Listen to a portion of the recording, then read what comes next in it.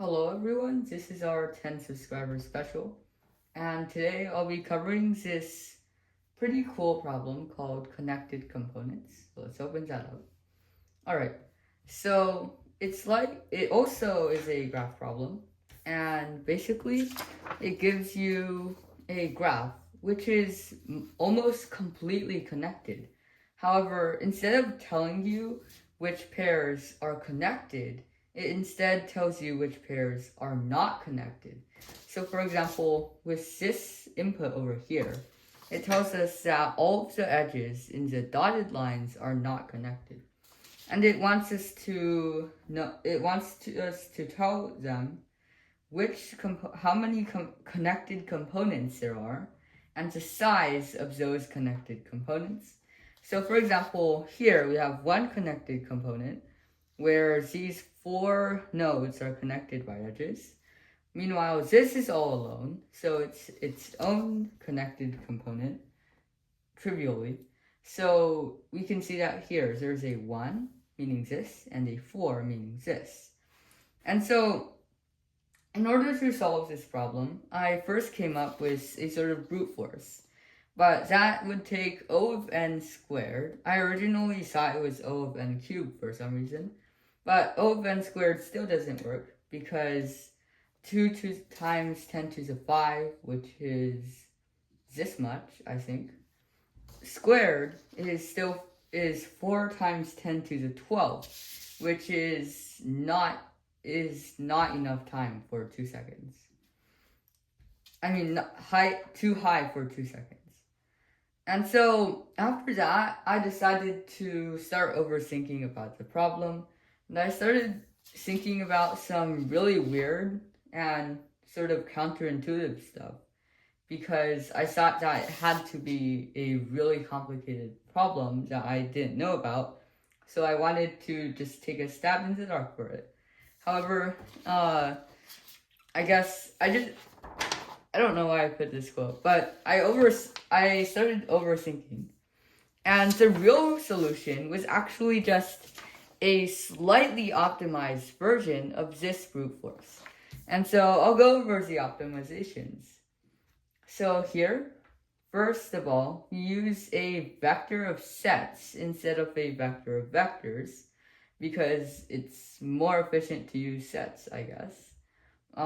We do the same sort of inserting everything, except this is just inserting the anti-edges.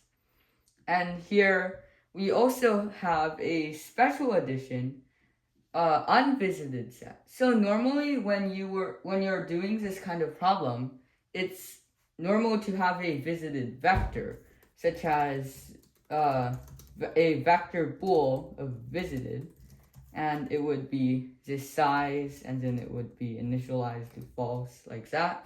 But here we're actually keeping track of the opposite thing, the visited, and the unvisited, and we're instead using a set to do it.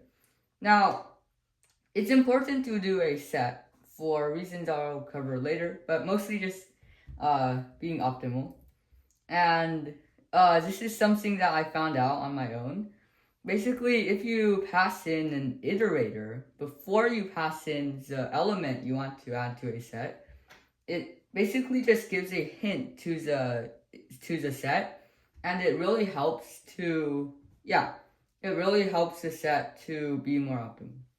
Alright, onto the actual DFS, or in this case BFS, because I want to be different.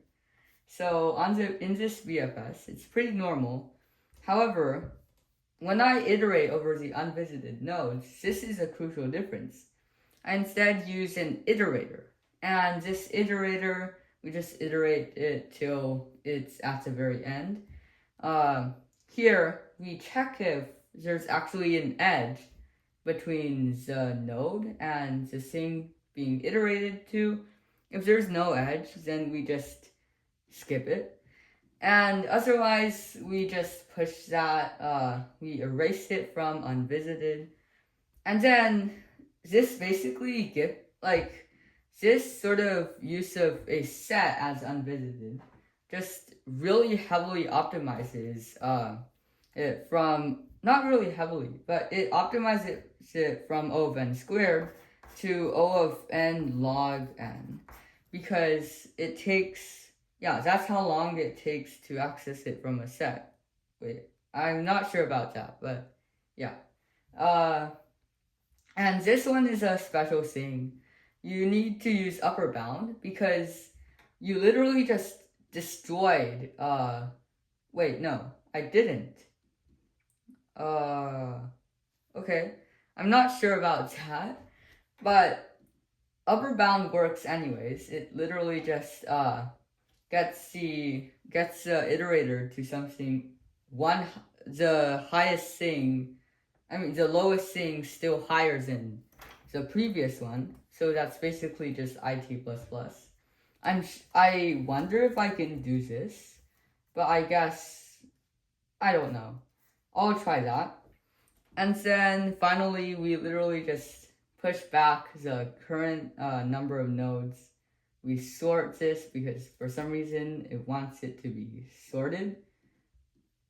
And then, yeah, we just print them out and probably get the same answer. Okay, so I'll submit our new solution that I literally just came up with and see if it works. So, yeah. 10 subscribe. Oh, it doesn't work. It does not work. Okay. So it turns out that this upper balancing still needs to be used. Or, yeah, it still needs to be used. And I think that's the reason because, right, I think that's the reason because even though you are removing just the value, not the iterator, the iterator's value is now null. So you're trying to advance a null iterator. And so definitely runtime error. And let's check back on our solution. Accepted. Once again, thank you for 10 subscribers, and this is me out. Bye.